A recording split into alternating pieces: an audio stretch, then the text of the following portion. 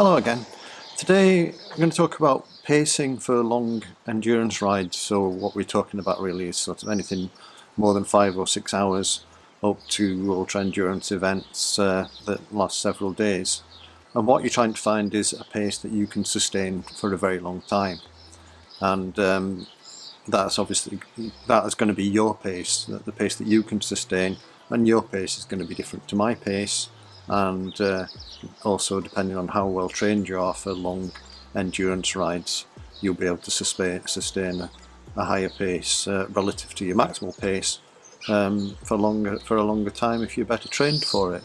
And that works in all sorts of cycling, all endurance events. So really what we're trying to do is find out what your particular pace is, and you can use various measures, various metrics to do that. Heart rate is a good one. Although you have to bear in mind that heart rate varies if you're dehydrated, or if the temperature rises, or if you're at altitude. Heart rate will vary according to those other external factors, as well as to your, the normal variability that you would get if you were in a stable condition. So that needs to be accounted for. Power is probably the best one, because it doesn't vary. Power is power.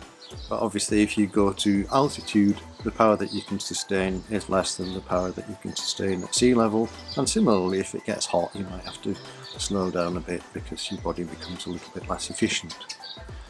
Other factors you can use if you don't have a measuring device are your breathing, how fast you're breathing. You can start to feel how fast you're breathing, but that's quite a subjective metric that you've got to learn. And talking, whether you can hold a conversation, start the alphabet, sing a song, and that's a good one actually, and that's what I tend to use when I'm setting training plans for people who don't have heart rate monitors, or even if they do have a heart rate monitor and a power meter. Sometimes I say you should be able to hold a conversation during this ride, if it's an endurance ride or if it's a recovery ride, for instance. There are things called training zones which you probably come across, and you can use the training zones to calculate the pace that's appropriate for a given event. So I tend to use the Andy Coggan training zones, which I'll put on the screen so that you can see them. And there are typically five zones, 5 aerobic zones, and then above that there are some zones that are anaerobic that we don't really need to concern ourselves with today. So the zones are, one is what they call recovery, 2 is what's known as the endurance training zone, 3 is known as the tempo training zone, 4 is the threshold zone, and 5 is called maximal aerobic, VO2 max. And so there, the zone 4, the threshold zone, is around what you might have come across as your FTP or your anaerobic threshold, which is what's used to set the other zones. That's not a perfect way of setting the lower aerobic zones 1 and 2, which are the most important for your pacing for a long endurance event, but it's a way, and it's a way that we can work with. So you can measure your FTP if you're working with a power meter, your functional threshold power, and if you're working with heart rate, you can measure your anaerobic threshold heart rate by doing an FTP test or doing a 30-minute hard time trial at your best effort and taking the last 20-minute average heart rate to get your anaerobic threshold heart rate as a good guide. Or you can actually have a test in a lab. So in your endurance rides, you're looking to ride in your training zones 1 and 2. And so the upper end of your training zone 2, if you're not using a heart rate monitor or a power meter, is when you start to feel your breathing getting a bit more laboured and you wouldn't be able to talk. You could only sort of say single words at a time. If you're riding with somebody, the conversation would be a bit less. But you want to be in a pace that you can hold a conversation, because that is the pace that you're using your mostly body fat as a fuel source.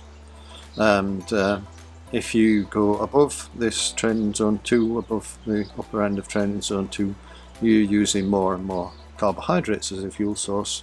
You might have heard of glycogen, which is stored in your muscles and your liver, and that's got a finite, there's a finite amount of that in your body, and that'll run out. Say for instance, if you're in your training zone 4 working at your threshold, your FTP, your anaerobic threshold heart rate, that'll run out between 40 to 70 minutes duration. So you can imagine you don't want to be riding at that pace in your long endurance events.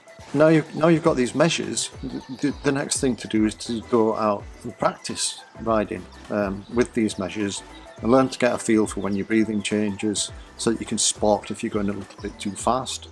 If you go out for, say, a 6-hour ride and you're in your upper end of your zone 2, then you blow up after 4 hours, then you need to do more training. And if you don't have time to do more training before your event, then you're going to have to ride slower. So it's sort of an iterative process.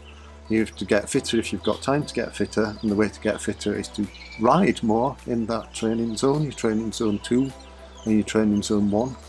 And if you don't have time to get fitter, you have to slow down to find out what pace you can sustain for the duration of your event.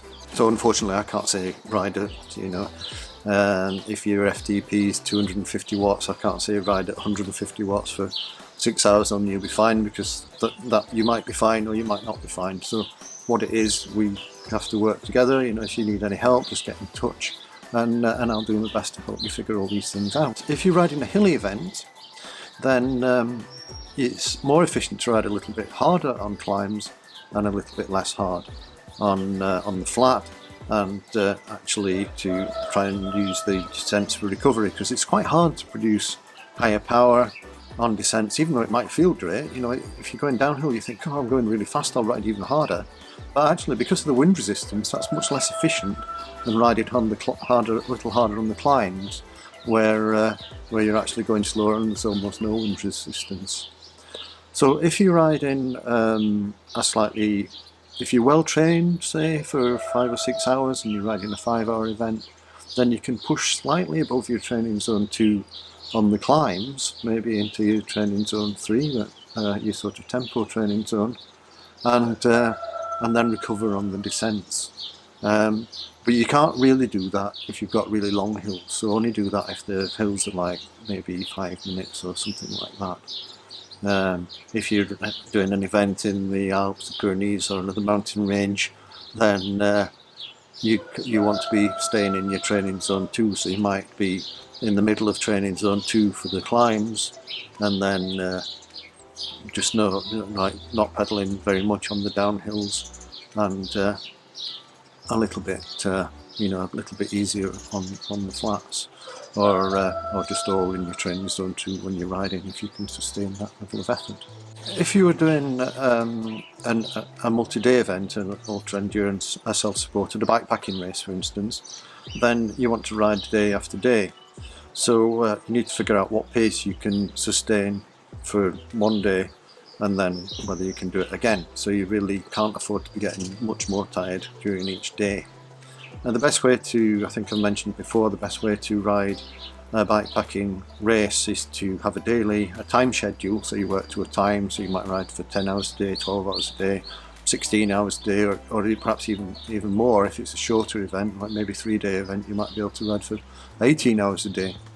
But you need to, in your practice, you need to learn what pace you can ride for one of these days, and then ride again the next day. So that's your practice rides should develop up to the duration of your daily schedule, and maybe if you can do 2 days in a row, that is even better.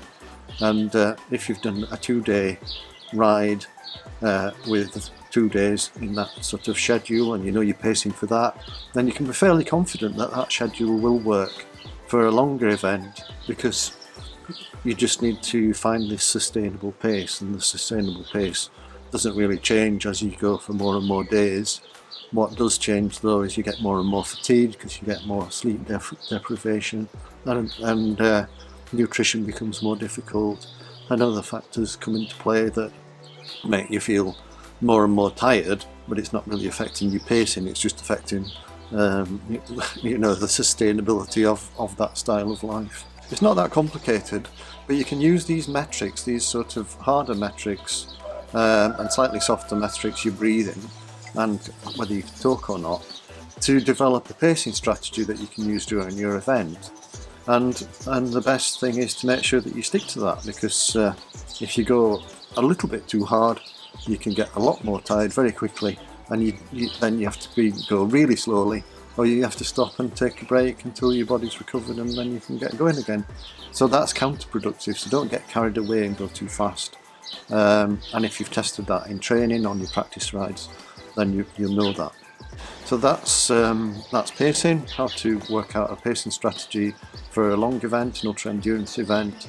I hope you found this interesting and useful, and if you need any help, get in touch. I'd love to hear from you and find out how I can help you more, or if you've got other questions, what I might be able to talk about in other videos. If you like the video, please subscribe and click the bell to remind you of the next one.